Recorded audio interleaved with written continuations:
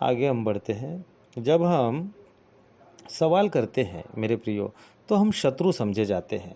अर्थात जब हम सत्ता से, सरकार से सवाल करते हैं तो हम शत्रु समझे जाते हैं। परंतु यदि ऐसा कोई समझता है तो वह केवल एक मूर्ख समझ सकता है। मैं सरकार से प्रश्न करता हूँ क्योंकि यह मेरा संवैधानिक मौलिक अधिकार है।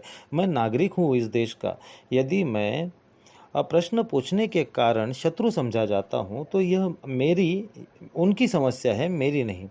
परंतु मैं तो मित्र हूँ, इसीलिए मैं सही मार्ग बताता हूँ। मैं मित्र हूँ, इसीलिए मैं नहीं चाहता कि कोई भी अपनी मूर्खता के कारण नरक में जाए, जो केवल शैतान और उसके दूतों के लिए बनाया गया है। मैं मित्र हूँ, इसलिए मैं चाहता हूँ कि मेरे मित्र अच्छे मार्गों पर चले, वे सत्य के पक्ष में रहें और किसी पे छल, कपट, कुटिलता और अन्याय से बर्ताव न करें, वरन सबके साथ एक जैसा समान दृष्टिकोण रखे। मनुष्य के लिए नहीं बनाया गया नरक, ये स्वर्गदूत शैतान और उसके स्वर्गदूतों के लिए बनाया गया।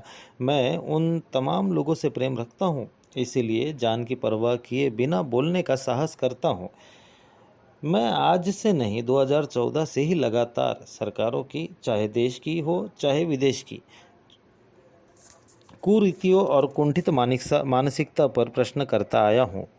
क्योंकि यदि हम सत्य के पक्ष में हैं तो जो असत्य में जीवन बिताते हैं उन्हें सत्य कौन कहेगा? कोई नहीं। क्या परमेश्वर नहीं पूछेगा कि तू वचन को जानता था, सो क्या तूने प्रधान को चेताया कि जैसी चाल तू चलता है परमेश्वर तुझसे क्रोधित है?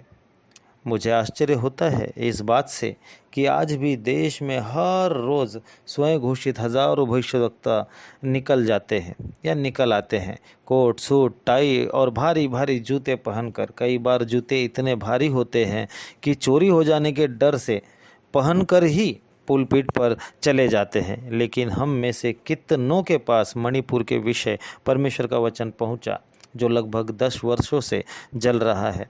उसका उठता धुआं न्याय के दिन क्या उन भविष्यद्वक्ताओं से प्रश्न नहीं करेगा? क्या उनके विरोध में गवाही नहीं देगा कि उन्होंने प्रधान से मणिपुर की शांति की बात क्यों नहीं चलाई? प्रधान से सवाल क्यों नहीं पूछा?